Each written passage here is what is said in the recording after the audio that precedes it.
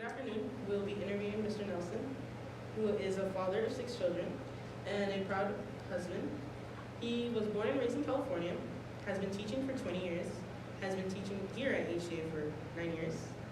In his early life, he lived in Idaho, but disliked living there due to the extreme weather. Recently, he finished one of his personal goals of construction, which was remodeling his bathroom.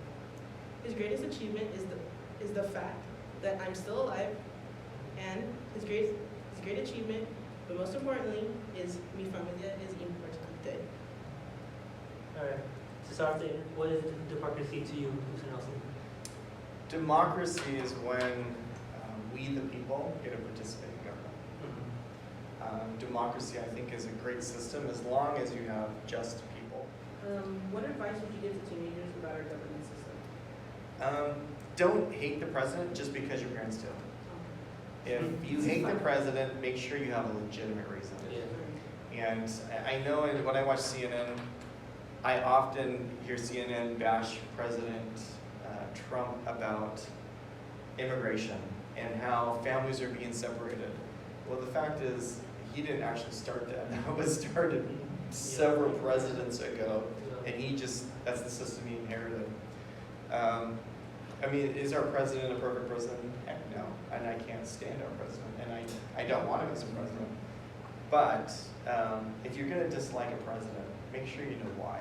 And the fact of the matter is, does the president really have that much power in this country? And the truth of that is, he really doesn't. Congress has more power. Yeah. On the third question, do you feel like our government is democratic? I do. But there have been times where it hasn't been. And our government has a dark history of not including everybody. We've not included Native Americans. This was their land. We've not included African Americans. There was a time period where Hispanics weren't even included. There's Zoot Suit rights or proof of that. So I think we're doing better. It's definitely democratic. But we have to make sure that it stays that way.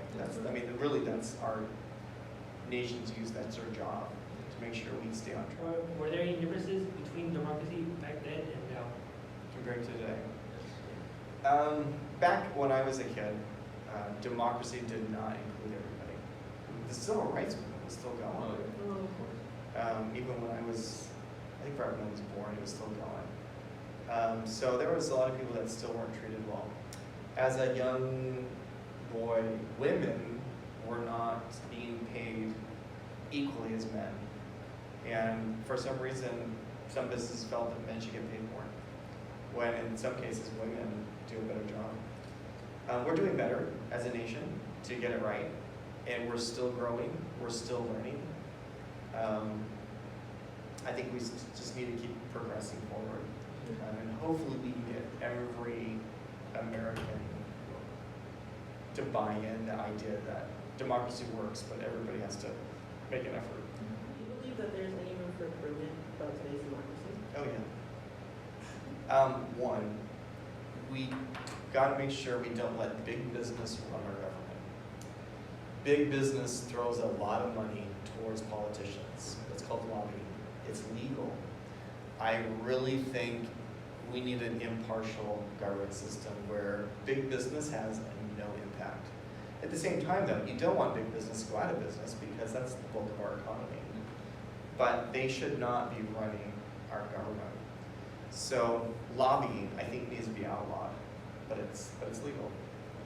Clinton was in office, and I forgot the name of the company, but they got the president to sign off on an agreement where the more people that were locked up in prison, the more the companies got paid.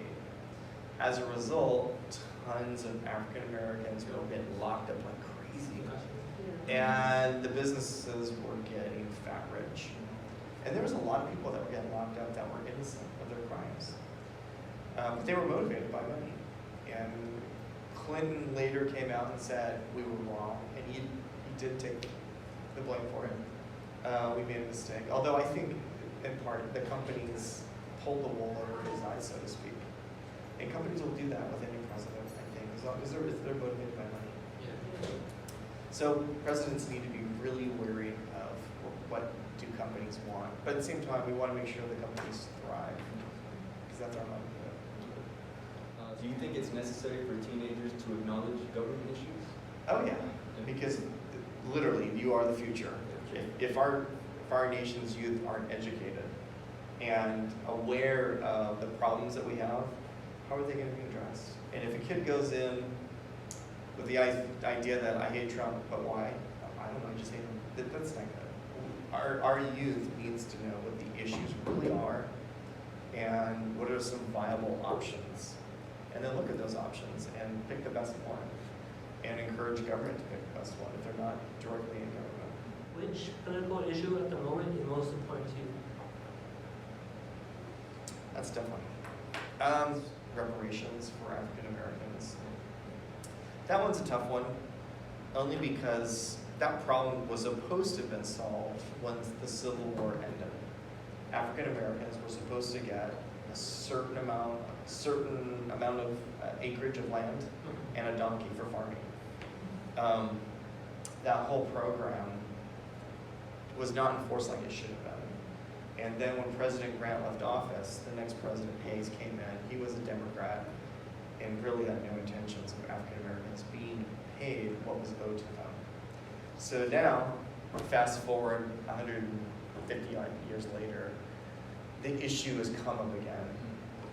And do we pay African Americans like we pay our Native Americans? There's a lot of variables. We trace the lineage of our African Americans. Who is entitled to this money? How are they going to figure that out? And then are only the African Americans that are in poverty, are they only entitled, or are all African Americans regardless of what they make? There, like I said, there's a lot of parameters. And I think probably the biggest one, now they're proposing that we all be responsible and pay this reparation when you and I weren't even in the country at the time. And nor did my ancestors even participate in slavery, which they did not, they fought against it. I would also argue that many whites already paid their debt. During the Civil War, many white Americans paid with their blood and fought to end slavery. Thousands of them died to end slavery. So what about those Americans? Like I said, I think their debt was paid. And they didn't even own slaves. Which people owned slaves? We'd have to trace and go back and figure out which Southerners actually owned slaves. And then do we make those families pay this reparation? Which I think would be more fair instead of holding everybody accountable. So there's a lot of ifs, but that's one of the hot topics right now. And as it stands, I'm leaning against it, only because there's just too many variables. We have too many Americans that weren't even here when slavery existed. And I don't think it's fair to hold everybody accountable. Why do you believe we should value democracy? Looking at other countries, we know that the monarchy system is unfair. Yeah. One person gets put on a pedestal and people have to serve him or her. Some of those monarchs turned out to be absolute rulers. They had all the power and they didn't share the power. And a lot of people were wrongfully jailed just because they got their feelings hurt. We can swear at our president and you don't go to jail. Yeah. There are many countries on planet Earth today. You look at your leader wrong, like John Kim-un, for example, you get executed. Even today, you get executed. So our president, we can tell him how much we hate him as much as we want. It's illegal.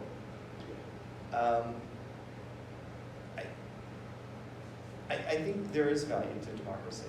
And I think that freedom of speech, the right to assemble is really important stuff. Kind of keeps us on track. Is success of democracy impossible without the participation of citizens? Physically impossible, I would argue. Because if citizens don't participate, then it becomes a republic. Republics are okay, but republics have a tendency to be dominated by an elite class of people.